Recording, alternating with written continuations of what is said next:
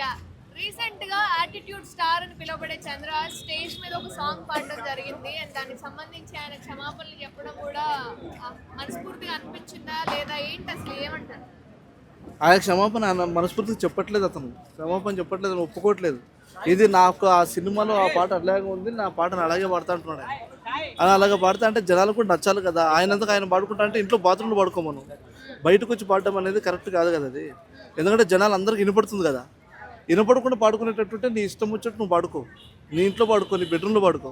కానీ బయటకు వచ్చి పాడుతున్నావు కాబట్టి జనాలు క్వశ్చన్ ఇస్తారు. అది అది యాటిట్యూడ్ స్టార్ అని నిరూపించుకున్నాడు ఆయన. నిజంగానే ఎందుకు అన్నారు, తమాషాగా అన్నారేమో కానీ యాటిట్యూడ్ స్టార్ అని దీని గురించి అన్నట్టున్నారు. ఎందుకని ఆ పాట పాడడానికి ఆయనకు ఏం రైట్స్ ఉన్నాయని నువ్వు రాసి ఉండొచ్చు, వేరే వాళ్ళు పాడి ఉండొచ్చు. నీకు పాడడానికి స్టేజ్ మీద ఎలా అనిపించింది? ఏదైనా వర్డ్ మార్చాలని అనిపించలేదా? ఇప్పుడిప్పుడు ఎదుగుతున్నావు, ఎదిగిన తర్వాత కొంచెం దాన్నన్నా కొంచెం ఆలోచన చేసుకొని ఈ ఈ ఈ పాట బయటికి వెళ్తే, జనాల మధ్యకి వెళ్తే, ముందే సోషల్ మీడియా చాలా ఫాస్ట్గా ఉంది, ఏమవుతుందేమోనని కూడా ఆలోచించుకోకుండా దాన్ని రిలీజ్ చేశాడు.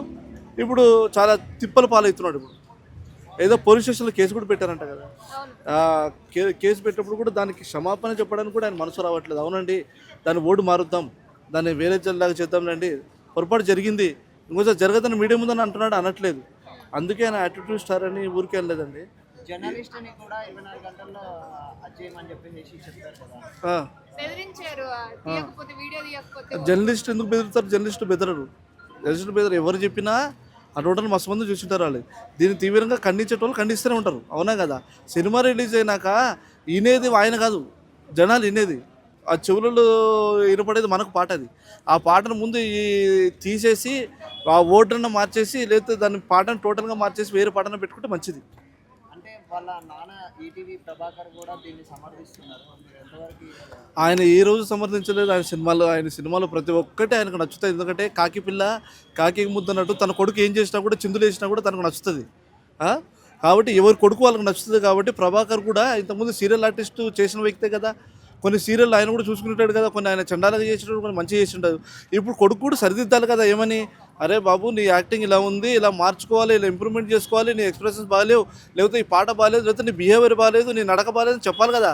చెప్తేనే కదా జనాల ముందు నిలబడేది. నువ్వు చెప్పకుండా ఇంకా ప్రోత్సహించినావు అనుకో, ఒక సినిమా కాదు, 2 సినిమాలు కాదు, 4 రోజుల సినిమాలు కూడా ఆడవు. అంటే గతంలో కూడా నన్ను తిట్టారు, చాలా మంది తిట్టారు, అప్పుడు లేని కూతురు ఇప్పుడు ఎందుకు గుర్తు వస్తున్నాయి మీకు అని చెప్పేసి అంటున్నారు. అసలు ఏ సినిమా అనేది గట్టిగా ఆడడానికి, జనాలు ఆయన మీద ఫోకస్ పెట్టడానికి ఛాన్సే లేదు అసలు. ఎందుకంటే ఆయన సినిమాలు ఏవి ఉన్నాయని, ఏం కంటెంట్ ఉందని, ఏం బాగుందని జనాలు చూడడానికి. ఒక మాట, జనాలు ఇప్పుడు సాధారణంగా జనాలు థియేటర్కి వెళ్ళాలంటే సినిమా మొత్తం హీరోని చూడాలి, ఒక హీరోయిన్ని చూడాలి, సినిమా మొత్తం చూడాలి, ఒక 2 గంటలు చూడాలి. ఆయన దగ్గర ఏం టాలెంట్ ఉందని, ఏముందని ఆయన దగ్గరికి వెళ్ళి మాట్లాడతారు, ఏం ఫోకస్ పెడతారు ఆయన మీద. ఆయన మార్చుకుంటే మంచిది. ఎందుకంటే ఇది అనవసరంగా వైరల్ అయిపోయి ఉన్న పేరు కాస్త కూర్చో మూలన ఏదో చెడగొట్టుకోవడం అనేది వేస్ట్, నన్ను అడుగుతుంది, టైం వేస్ట్. అంటే ఇది 30 సెకండ్లో ఉన్నది కదా, ఈ కూతునే చూస్తున్నారు కానీ మిగతా పాటదంతా చూడట్లేదు అని చెప్పేసి చెప్తున్నారు. అరే సినిమా మొత్తం కాదు, ఒక్క ఓటు దొరికినా కూడా దాన్ని హైలైట్ చేస్తున్నారు సోషల్ మీడియా. మంచిని వదిలేసి చెడుని పట్టుకుంటుంది, ఫస్ట్ చెడే ఫాస్ట్కి వెళ్తుంది. కాబట్టి చెడు ఓటు అనేది ఇప్పుడు దొరకకూడదు, అసలు కాన్సెప్టే కాదు అది. ఎక్కడి నుంచి వచ్చిందంటారా యాటిట్యూడ్? అదంతా ప్రభాకర్ గారి దగ్గర నుంచి వచ్చింది. మేము ప్రభాకర్ వారింట్లో మా వాళ్ళు వర్క్ చేశారండి, ఇంతకుముందు వర్క్ చేశారు. మేము అప్పుడు కూడా ఆయన బిహేవియర్ చూసాం. మేము మామూలుగా మా తమ్ముడి కోసం వెళ్ళేటోడు నేను అప్పుడప్పుడు, వాళ్ళ ఇంటి దగ్గర వర్క్ చేసేప్పుడు బిహేవియర్ కూడా సేమ్ అప్పుడే అనిపించింది. ఈయన కూడా ఇలా ఇంత హీరో కాకముందు ఇంత బిహేవియర్ చేస్తున్నాడు అనిపించింది. కానీ సేమ్ అదే యాటిట్యూడ్ వాళ్ళ కొడుకు వచ్చింది. అంటే గతంలో కూడా నన్ను ఇంత చాలా మంది తిట్టారు, అందుకోసమని ఈ పాట రాశాను అని చెప్పేసి చెప్తున్నారు. అంటే తిడితే పాటలు బూతులు రాస్తారా? తిడితే బూతులు రాదు దీని. అప్పుడు లేని బూతులు ఇప్పుడు ఎందుకు గుర్తొస్తున్నాయా అని చెప్పేసి అయితే మొత్తం పాటలు బూతులు రాసుకుంటూ కూర్చోమని రిజల్ట్ తర్వాత జనాలు చెప్తారు. ఇంకా టికెట్లు అమ్ముడుపోకుండా ఇంకా ఊరికి ఖాళీగా కూర్చోవచ్చు, వాళ్ళే ఫ్యామిలీ చూసుకోమని సినిమాలు. ఎందుకంటే ఇంకా ఇప్పుడు జనాలకు నచ్చుతానే కదా వెళ్ళేది. నువ్వు బూతులు రాసుకుంటూ కూర్చుంటారంటే రాసుకొని కూర్చొని మీ ఫ్యామిలీ వెళ్ళి చూసుకోమని, లేదా మీ రిలేటివ్స్ మీ ఫ్యామిలీ వాళ్ళు వెళ్ళి చూసుకోండి సినిమాలు. మరి ఇప్పుడు ఎడిపోయారండి అనసూయ చిన్మయ్య గారు. ఎవరు? శివాజీ గారు మంచి మాట చెప్తే అట్లా రేజారు కదా, యాంకర్ అనసూయ చిన్మయ్య ఎడిపోయారు. వీళ్ళ అనసూయకు సిగ్గుపోయింది. వాస్తవంగా చెప్పాలంటే ఒక ఆడ మనిషి పక్కన నిల్చోడానికి అనసూయకు సిగ్గుపోయింది. ఎందుకంటే ఒక ఆమె అడుగుతుంది, నాకు ఆమె పేరు గుర్తు రావట్లేదండి, అడుగుతుంది. అనసూయ బిహేవియర్ బాగాలేదండి, నిజంగా బాగాలేదు. శివాజీ అన్న మాటలో తప్పు లేదు. ఎందుకంటే శివాజీ కించపరిచినట్టు మాట్లాడలేదు. ఏమన్నాడంటే శివాజీ, ఆడపిల్ల సంపూర్ణంగా నిండు వస్త్రాలు వేసుకుంటేనే మంచిగా ఉంటుందమ్మా. మనము బయట తిరిగే దాన్ని బట్టి ఎదుటి మనిషి కూడా ఛాన్స్ ఇచ్చినట్టు అవుతుంది, చనువు ఇవ్వకూడదమ్మా అన్నాడు. తప్పు లేదు. దానికి ఎవరైతే కనెక్ట్ అయ్యారో వాళ్ళు కనెక్ట్ అయ్యారు, వాళ్ళు బండారం మొత్తం బయటకు వచ్చింది. సమాజంలో ఆమె ఒకటే లేదు కదండి, అందరూ ఉన్నారు కదా. మరి అందరు కాను అనుకోవచ్చు కదా, మేము కూడా ఆడవాళ్ళమే కదా, మరి మేము ఎందుకు రాలేదంటే వాళ్ళ దగ్గర పద్ధతులు ఉన్నాయి, మా దగ్గర పద్ధతులు లేవు. అంటే నేనే కదా చేసేది. ఒకసారి నా వీడియోలు చూడండి, మీరు కూడా చూడండి. సంసారం ఎంత పద్ధతిగా ఉందో, మొగుడు ఎంత మంచిగా పెట్టుకుంటున్నాడు. నిన్న ఆర్టీవీలో కూడా ఏమంటారు ఫైట్ జరుగుతున్నప్పుడు మైక్ విసిరేసి వెళ్ళిపోయాడు. మీరు ఏ విధంగా తీసుకుంటారు? నేను చూడలేదండి టాపిక్, నేనైతే చూడలేదండి టాపిక్, నాకు తెలియదు. అంటే అనసూయ మాత్రం ఉంది, పొగరు ఉంది. నేను కూడా ఇంతకుముందు కూడా విన్నాను. ఏమైందంటే ఓ రోజు బెంగళూరులో ఏదో ప్రోగ్రామ్కి షాపింగ్ మాల్కి ఎక్కడో ఆమెను పిలిచారంట ఫోన్లో. వేరే వాళ్ళు పిలిస్తే అమౌంట్ ఎంత అనిందంట. ఒక సెలబ్రిటీ మేడం మేమేదో షాప్ ఓపెన్ చేసుకుంటున్నాం, ఉన్న వరకు ఆ షాప్కి పెట్టామండి అమౌంట్ అంతా, మా దగ్గర చేతులు అయితే లేవు. నెక్స్ట్ మళ్ళీ ఏదైనా మేము బ్రాండ్ పెట్టినప్పుడు మళ్ళీ మీకు ఇవ్వగలుగుతాం మేడం, ఇప్పుడు అడ్జస్ట్మెంట్ చేసుకోండి అన్నారంట. లేదు కుదరదు, ఫస్ట్ అమౌంట్ పంపిస్తేనే నేను రాగలుగుతాను అని చెప్పి. ఇవన్నీ జరిగినాయి వ్యవస్థ. సో అన్న నమస్తే అన్న. నమస్కారం అండి. సో యాటిట్యూడ్ స్టార్ అని చెప్పేసి చంద్రహాస్ ఐడియా ఉందా మీకు? తెలుసండి. సో ఆయన సినిమా ప్రీ రిలీజ్ ఈవెంట్ లో ఆయన పాట గురించి చాలా కాంట్రవర్సీ నడుస్తుంది అనమాట. చాలా బూతులు వాడడం జరిగింది ఆ పాటలో. సో దాని గురించి మీరు ఏం చెప్తారు? ఫస్ట్ ఆఫ్ ఆల్ పాటలు పాడడం అనేది సర్వసాధారణం అండి. కాకపోతే ఆ పాటలో కొన్ని బూతులు ఉండడం వల్ల దాన్ని పెద్ద ఇష్యూగా చూపెడుతున్నారు. తను కూడా కొత్తగా వస్తున్న హీరో కాబట్టి అటువంటి పాటలు పాడకుండా ఇంక వేరే ఏదైనా పాట పాడి ఉంటే బాగుండేది. దానికి కొద్దిగా సపోర్ట్ కూడా దక్కేదేమో. దాంట్లో బూతులు ఉండడం వల్ల ట్రోల్ చేస్తున్నారు. ట్రోల్ చేయడం అనేది తప్పేం కాదు. అది మంచి పాడినా చెడు పాడినా ట్రోల్ చేయడం అనేది హక్కు వాళ్ళది. ట్రోల్ చేస్తూనే ఉంటారు. ఈవెన్ తను కూడా తను ఇంతకుముందు పిక్చర్కి 2 మాటలు మాట్లాడాడు, దాని మీద ట్రోల్ నడిచాయి. అదన్నీ చాలా కామన్. కాకపోతే పాటలు పాడేటప్పుడు ఇటువంటి వర్డ్స్ ఏమైనా ఉంటే అవి కాస్త చూసుకోవాలి. సినిమాల్లో పెట్టారని అంటే ఏదో కమర్షియల్ హిట్ కోసం అని చెప్పేసి వాళ్ళు పెట్టుకుంటారు, అది కామన్, అది అక్కడే వదిలేయండి. స్టేజ్ మీదకి వచ్చినప్పుడు మీరు హీరో అంటే ఎంత లేదంటే మిమ్మల్ని 10 మంది చూస్తుంటారు. ఆ 10 మందికి మంచి చెప్పేటట్టు ఉండాలి. ఈ 10 అంటే సినిమా వరకు వదిలిపెట్టేయండి. లేదు మీ కార్లో ఉంటారా, కార్లో పాడుకోండి, మీ బాత్రూంలో ఉంటారా, బాత్రూంలో పడుకోండి, పర్లేదు. స్టేజ్ మీద ఉన్నప్పుడు మాత్రం కొద్దిగా మంచి పాటలు పాడడానికి ట్రై చేయండి. అన్న ఈ మధ్య పబ్లిక్ ఈవెంట్స్లో ఇలాంటి ఈవెంట్స్లో నార్మల్గా మంచి కోసం కొన్ని మాటలు చెప్పినా కూడా అది చాలా చాలా పెద్ద కేసుల వరకు వెళ్ళినాయి. సో ఈయన అంటే డైరెక్ట్గా ఇంత పచ్చి బూతులు అంటే వాడి పాట పాడడం ఎంతవరకు కరెక్ట్ అంటారు? అంతమంది లేదు, ఇప్పుడు ఒకటి తను పాడడం అయితే తప్పేనండి. అది కాకపోతే చట్టం శిక్షించేంత తప్ప అయితే ఖచ్చితంగా కాదు. చట్టానికి అక్కడ క్లియర్గా సినిమాలో ఉన్న పాట అని చెప్పేసి అర్థమవుతుంది. అంతకుమించి డబ్బులు చాలా ఉన్నాయంటారా? సినిమాలో ఎన్నో ఉన్నాయి అన్నట్టు, చాలా కొన్నింటికి అయితే సెన్సార్ బోర్డు కటింగ్ కూడా చెప్పలేదు. అటువంటివి కూడా ప్రజలు ఎన్నో లేవదీశారు. దీన్ని ఎలా తీసుకొచ్చారు, అసలు ఈ సీన్ ఎలా పెట్టిందని చెప్పేసి అటువంటివి కూడా పోలీసు వాళ్ళు చూడడానికి వదిలేశారు. ఎందుకంటే సెన్సార్ బోర్డు అనేది చూసుకుంటుంది. సో ఈ పాట గురించి కూడా ఆల్రెడీ సెన్సార్ బోర్డు దగ్గర పోయి ఉంటుంది, పాస్ అయి ఉంటుంది. సో దాని గురించి పోలీసు చేసేది ఏముండదు. తను పబ్లిక్లో అంతలా పాడింది కాబట్టి జస్ట్ పోలీస్ స్టేషన్కి పిలిచి మందలిస్తారు అంతే. ఇటువంటి ఇంకోసారి పాడకండి అని చెప్పేసి, ఇటువంటి ఇంకోటి చేయకండి అని చెప్పి. విషయం ఏంటంటే ఇప్పుడు ఎప్పుడైతే ఆయన ఆ పాట పాడిండో అక్కడ ఉన్నటువంటి పెద్దలందరూ కూడా అప్పుడు ఎంజాయ్ చేశారు, చప్పట్లు కొట్టిరు, అంతా చేశారు. ఒక 2-3 డేస్ తర్వాత ఎప్పుడైతే ఒక జర్నలిస్ట్ కేసు పెట్టాడో ఆ తర్వాత వీళ్ళందరూ మళ్ళీ నెగిటివ్గా మాట్లాడుతున్నారు. సో ఒకవేళ తప్పు అనిపించుంటే వెంటనే ఎందుకు రియాక్ట్ కాలేదనేది ఒక క్వశ్చన్. దానికి ఏం చెప్తారు?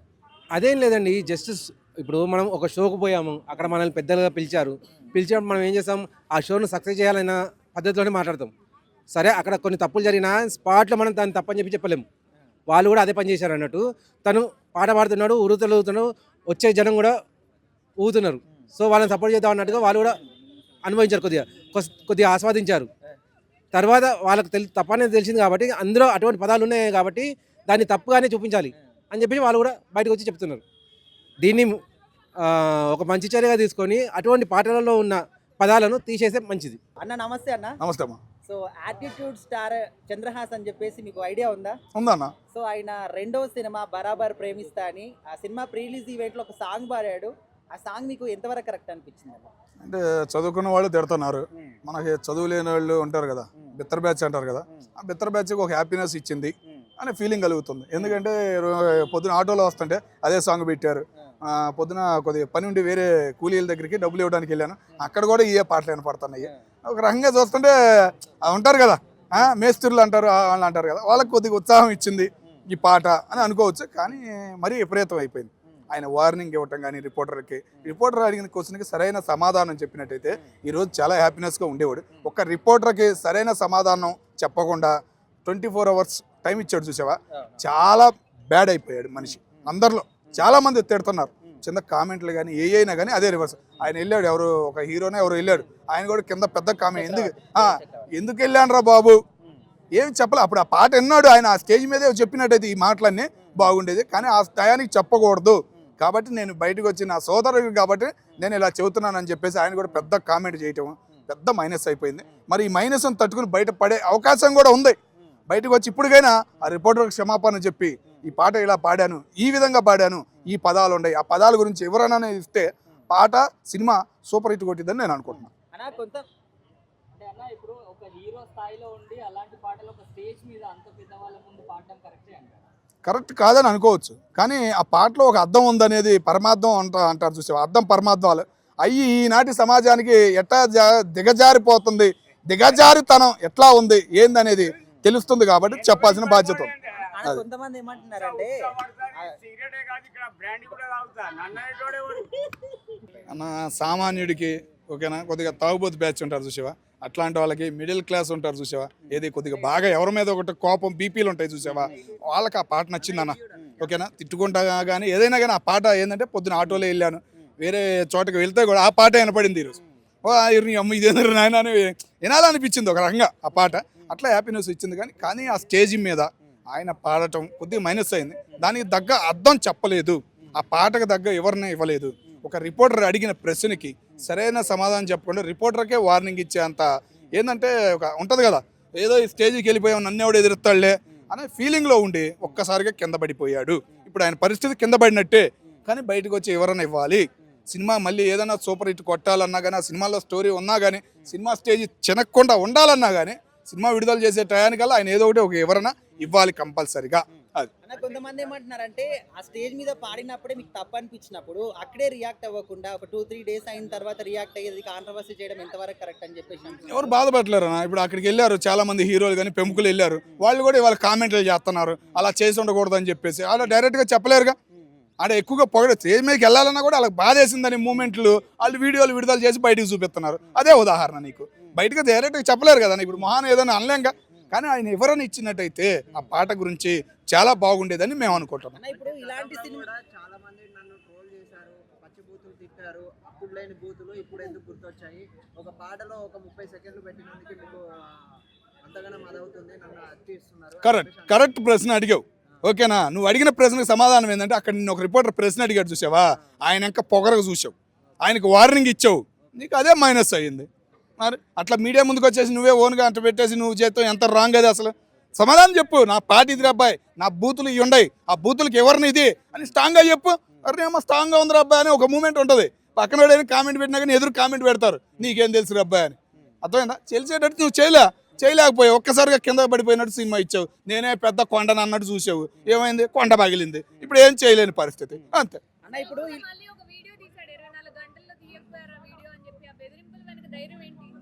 అదేనమ్మా చెబుతుంది, భయం అనేది లేదు. వాళ్ళ నాన్నగారు ప్రోగ్రామ్స్ చాలాసార్లు చూసాము, వాళ్ళ నాన్నగారు ఎప్పుడు ఇట్లా రివర్స్ అయిన మూమెంట్ అనేది మాకు కనపడలేదు. కానీ మరి ఈయన ఎందుకు రివర్స్ అయ్యారో అర్థం కావట్లేదు. అంటే కొంతమంది ఏమంటున్నారంటే యూత్ కదా ఉంటుందిలే ఆ మాత్రం అని అంటున్నారు, కానీ అంత ఉండకూడదుగా. నీకు ఫ్యూచర్ ఉంది, నువ్వు చెడగొట్టుకున్నట్టే కదా. నువ్వు 100 ప్రశ్నలు వేస్తారు, ఏ రోజు సినిమా వాళ్ళు ప్రశ్నలకు సమాధానం చెప్పి లేదా పక్కకు పోవడం తప్ప ఇట్లా రివర్స్ వార్నింగ్ ఇచ్చినాడు ఏ హీరో లేడా? ఎవడున్నాడు? ఒక్క హీరో పేరు చెప్పు నాకు. ఎన్టీ రామారావు కాలం నుంచి కూడా ఒక్క రిపోర్టర్కి వార్నింగ్ ఇచ్చినాడు ఒక్కడు లేడు. మరి అంటే ఇప్పుడు మీరు ఏమంటున్నారు, వార్నింగ్ ఇవ్వాలి అని అంటున్నారా? వార్నింగ్ ఇవ్వడమే రాంగ్.